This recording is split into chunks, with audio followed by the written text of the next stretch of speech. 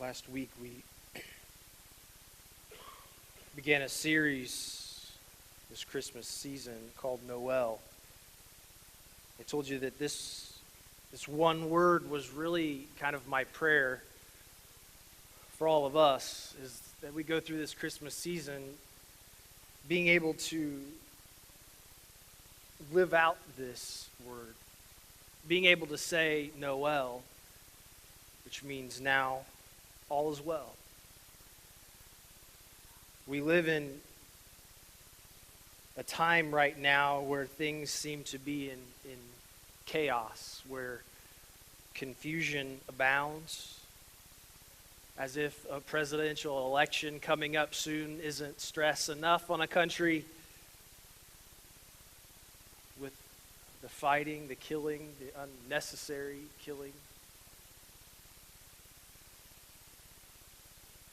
Then we have our own personal battles and struggles that we're going through. Losing a loved one. Maybe this is your first Christmas without a certain person. It's hard. I can't imagine what you're feeling. I can't imagine what it feels like to not have any family around you. I can't. But I do believe in a God who's greater than those things. Not to legitimize those things and say that they don't matter, because they do, but I believe that we have a God that is greater than those things in our lives. I believe that we can truly have a spirit within us that is able to say, now all is well, despite what we're going through in life. This week I've titled the message, Not Much to Offer. How many of you ever have felt at some point in your life that you really did not have much to offer? Maybe it was a job position you applied for. Maybe it was just a life situation that you were faced with. For me, one of those things was when I found out I was going to be a dad for the first time. Not much to offer you help on this one. It was just one of those things. Well, we've all felt that way, but I believe that the Christmas story, that the Christmas season has something greater to offer us that we really easily miss. And that is the way it took place. Because the way that it took place is a message to each one of us that none of us are insignificant. That within each one of us, we have everything to offer the people around us. That God has literally equipped us for every circumstance that we'll ever face. So let's look at the story a little bit. We know that Nazareth was obviously a key place. This is where Mary and Joseph were from. But Nazareth, not all that much going on in Nazareth. It was a very, very small village. It was estimated that the population of this village was about 140. But not much, not very many people there. There was no luxurious living conditions. They could have just simply gone within a 2 hours walk to the next closest town that had like 100,000 people in it, and could have lived in better homes, had better paying jobs, but they didn't. Many of the homes were built within and around the area's soft limestone, and so they literally built their homes as into caves in the limestone.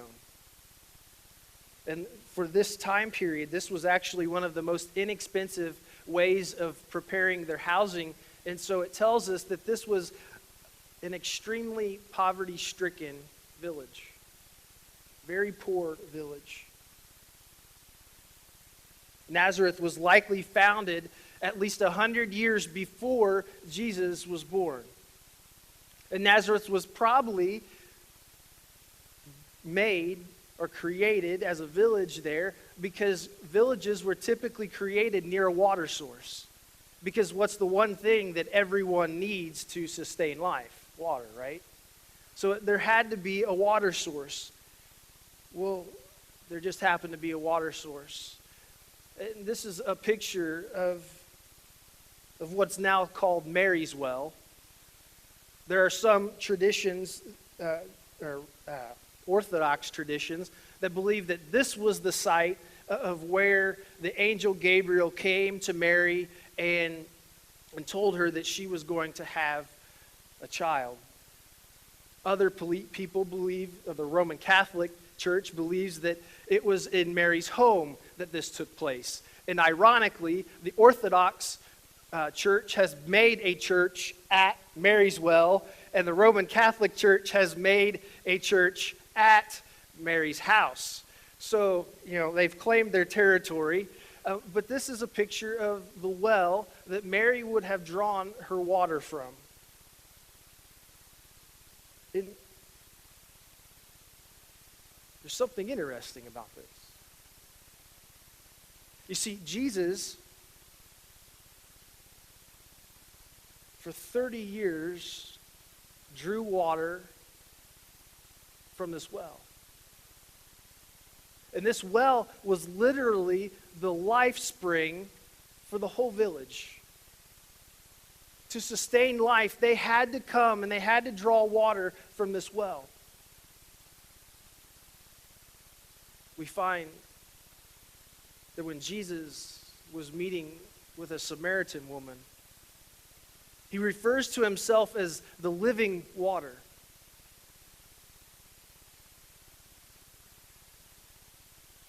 He was drawing water to literally supply life to his family. I'm reminded of what Jeremiah says in chapter 2, verse 13. He says, "My people have committed two sins. They have forsaken me, the spring of living water, and have dug their own cisterns, broken cisterns that cannot hold water." Even God refers to himself here as the living water.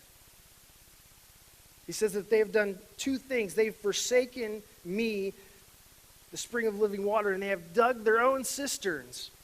What was he saying here? They have looked to water, the actual physical water, to sustain life. And that will not sustain them. You see, living water sustains you for more than just simply life on this earth. The living water that they're talking about is Jesus Christ. That he will supply you with something greater than just simply life on earth, but eternal life.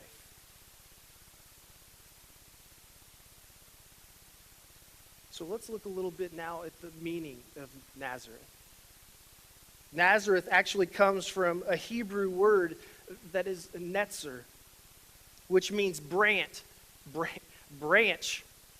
or shoot.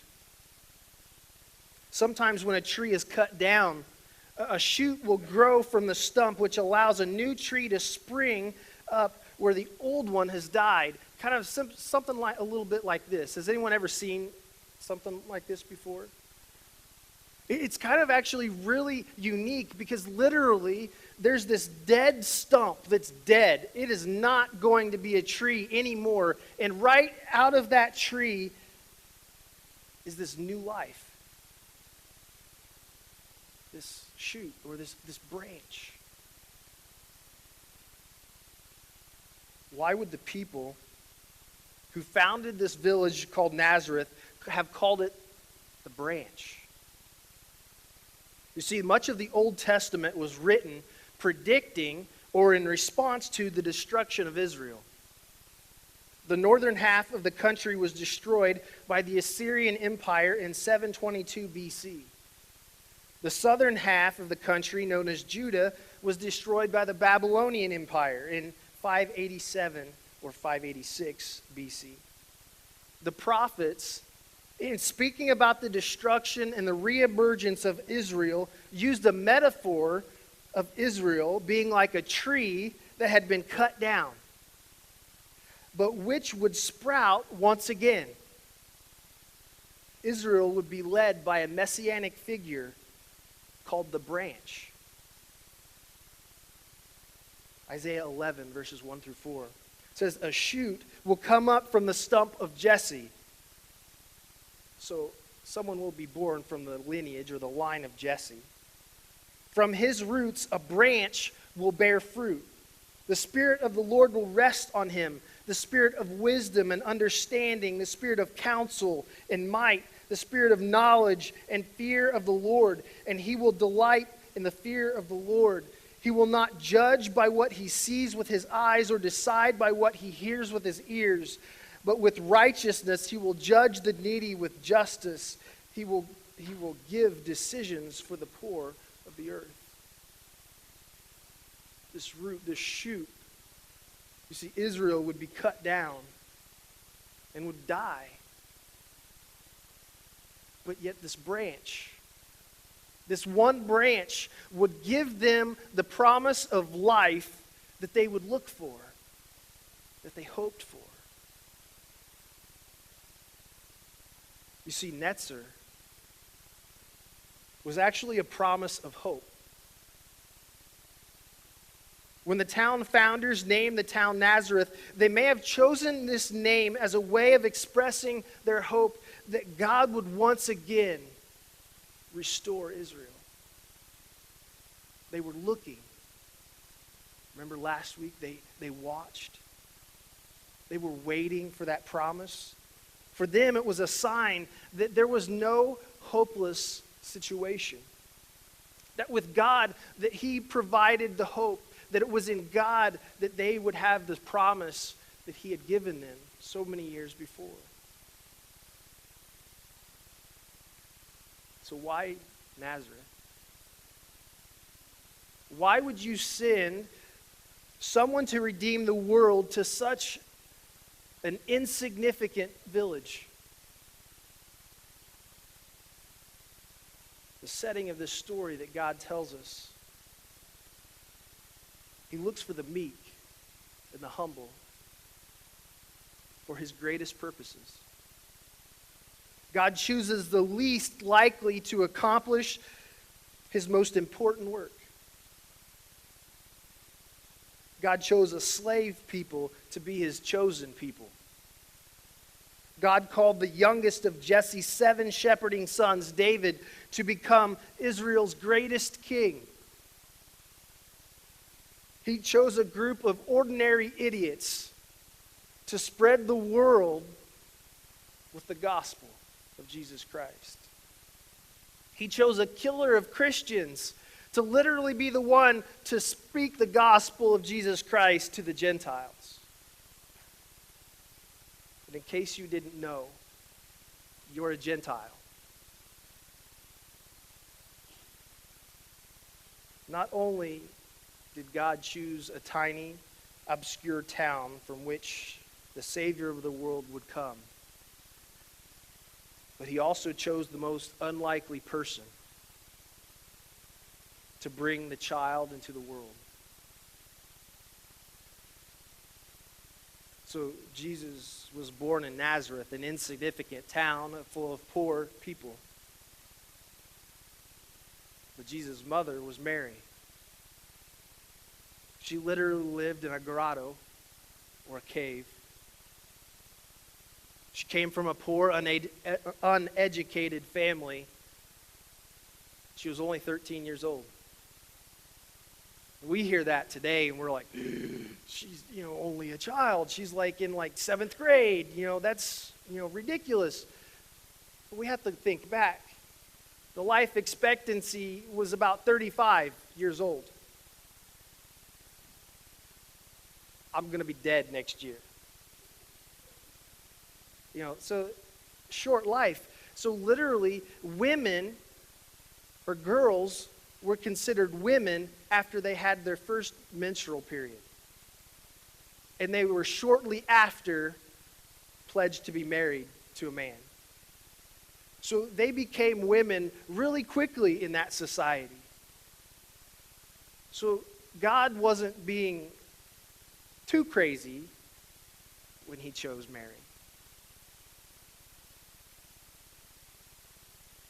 There are two reoccurring elements that we see being held in balance throughout Mary's song that Jennifer read to us. The first one is this portrait of God as this divine warrior who accomplishes great things. God is the mighty one who accomplishes great things, who shows strength and scatters the proud. He's the God who goes to battle for his people. So there's this strong warrior who's willing to fight for his people, who's willing to do whatever it takes to redeem Israel. But then there's this other side, that God is merciful, that he looks with favor and lifts up the lowly. He extends mercy to those who fear him, and he fills the stomachs of those who are hungry. There's this caring, compassionate side of God. In verse 28 of Luke 1, in the Roman Catholic Bible, it reads this way. It says, "Hail Mary, you are full of grace. God is with you. You are full of grace." That's an important thing that we can't look over. We like to translate that highly favored, because there's a lot of debate within the Protestant and the Catholic religions that full of grace means two different things. You see, the Catholic Church, if you're familiar with them, they believe, they kind of put Mary and Jesus almost hand in hand, almost as equals, because of this very verse. Because they believe that the angel Gabriel was saying that you are full of grace, that you literally represent grace to the world. We Protestants kind of say no one's greater than Jesus, so we're not going to go there. So we say highly favored. So let's look at this a little more. The actual word that is used is keratome, which means one who has been filled with grace. And if you see that little underlined part right there, it's actually an important word in there. It's kare, which literally means grace. That she would be filled with grace. You see, Mary was full of grace because of her connection to Jesus. You see, Mary is just like you and I. We have the opportunity to be full of grace because of our connection with Jesus.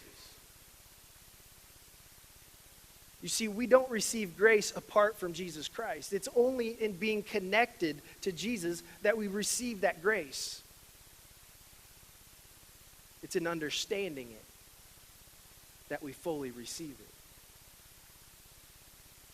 I think that God personally is gracious to many people who don't follow him, who don't believe in him. But because of their disconnect from Jesus, they don't understand it. They don't see it. They just think it's life.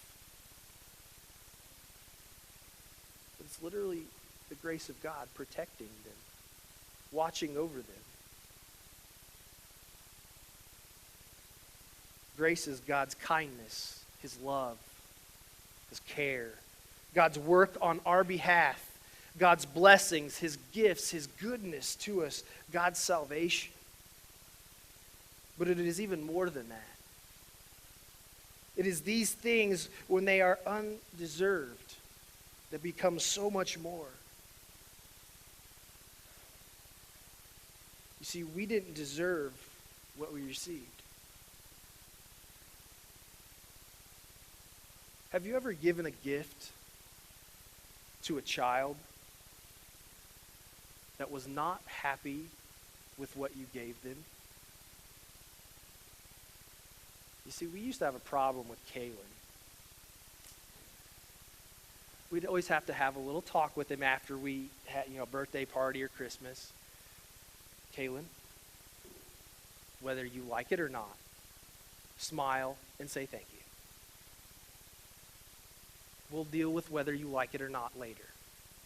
But when you're in front of the person who gave it to you, smile, nod, and be cheerful.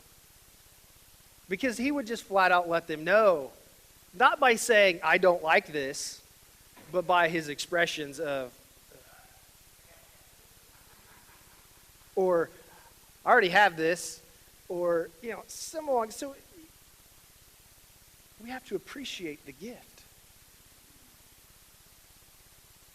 We have to be willing to receive the gift. Have you ever tried to give a gift to somebody and they refused to take it? They just did not want it. They didn't know what it was. They did not want it.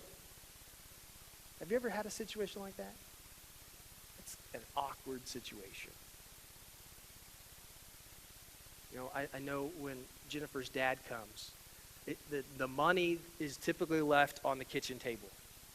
He doesn't even bother anymore trying to give it to Jennifer or I, because we're like, no, you're our guest. We're going to pay for it. And so it usually just gets left somewhere. And sometimes he doesn't leave it out in the open because he knows that if we find it before he leaves, that we'll stash it somewhere else back on him.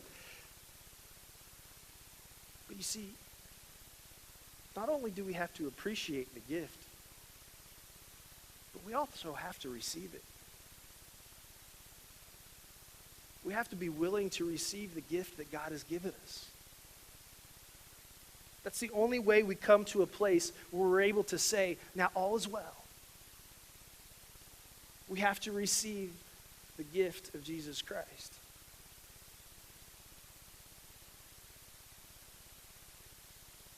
We think of our lives and we say, I don't have much to offer. My hope and my prayer is that you will think about this. That you'll think about Nazareth. That you'll think about baby Jesus and about Mary. Because they had nothing to offer. They had nothing to offer. But it was only because of God and what he did through them that gave them significance. It's only our connection with Jesus Christ where we find the truest significance of our life.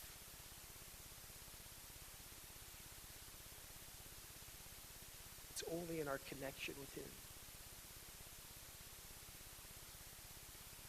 We've had 2 meetings. We've had 2 Monday meetings with the new A Better Life group. I've sat and I've listened for 2 weeks. And every week I've heard the same things by different people. And it's this: I can't do it. My family tried, but they couldn't do it either.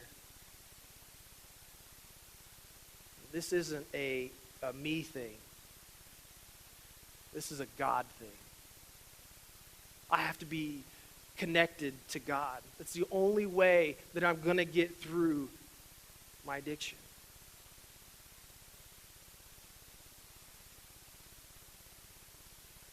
There's some that have been here. The leader of the group has been sober for 32 years, I think. And the next closest person is 2 years. The first week we had 2 people that were 7 days.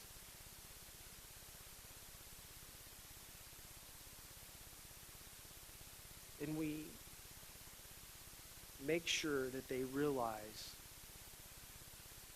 that if you try and do this without Jesus Christ, you will fail. It's just reality. You see, the same is true for us, regardless of addiction. We cannot taste living water apart from our connection to living water, Jesus Christ. Our life does not have the significance that it was meant to have when we were created by God apart from Jesus Christ. You will never be able to say, despite whatever the circumstances you're going through in your life, you will never be able to say, now all is well, apart from Jesus Christ. And here's the thing, you can lie to yourself pretty easily. You can tell yourself, yeah, everything's great, I'm doing great. But what's reality? What's reality?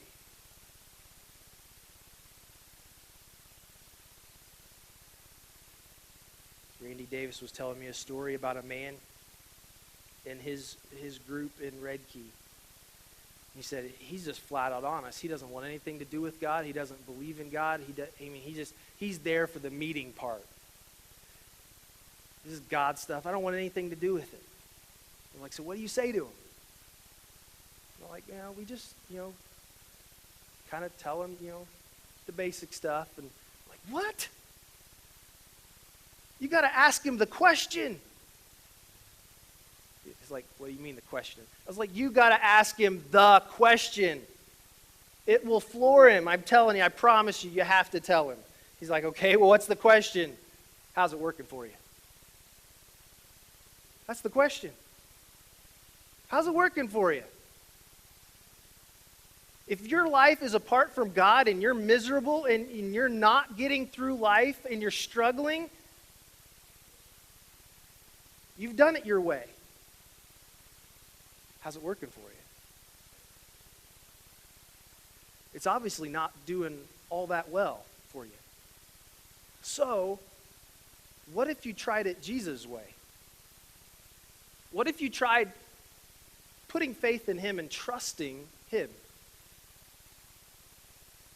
What if you took him at his word to be the person he says he is, and see what happens to your life? I don't know whether or not Randy said it or not. I hope he did. But ask yourself the question. How's it working for you?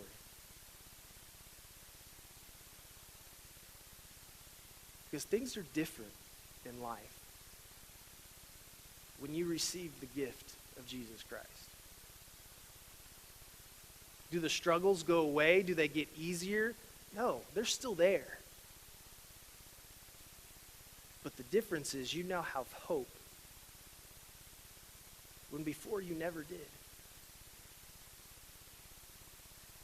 You now have a chance to regain your life that was just an endless cycle of turmoil before.